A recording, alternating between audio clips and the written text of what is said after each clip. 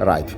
So namhlanje bebevakashile uminister, because all the ministers, especially why JCPS cluster, ayafika la zo assess, because umsebenzi esibhekene nawo la involve wonke ama ministers most of the time, especially in the JCPS cluster.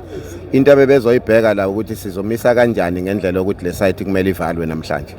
Siku process ke ukuthi siyivale site, and currently silinda amabhasi ke akamasipala azosilekelela ukuze sikwazi ukuthi sibahambise to another processing site eseMusina in Limpopo.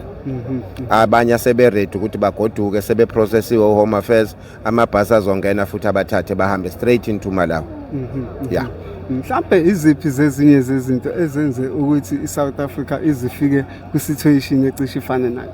Ake silinde mhlawumbe intelligence report, because it's very very scary and it's also worrying. Yes. Ukuthi iMalawi yonke izwe laseMalawi seems to be here.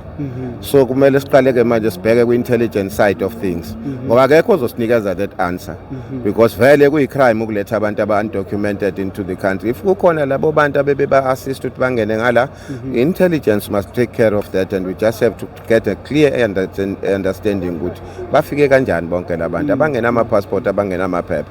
So kuyasiwarisha njenge-country, njenge-Home Affairs especially, because uma senza ama-operations wethu asibatholi labantu, kusho ukuthi obviously khona la behlala khona. And the other very important aspect, labantu abakwazi ngisho ukukhuluma nolimi lwethu la isiZulu, abazi lutho, okukhombisa ukuthi bebenga-integrateile nama-community, kusho ukuthi khona la bebehlala khona. But that's why ngithi ke kusafuna kwenziwe deep intelligence in terms of trying to ukuthi sibone ukuthi bebekwenzakalani la. Sine concern nathi very serious. Siyabonga. Siyabonga.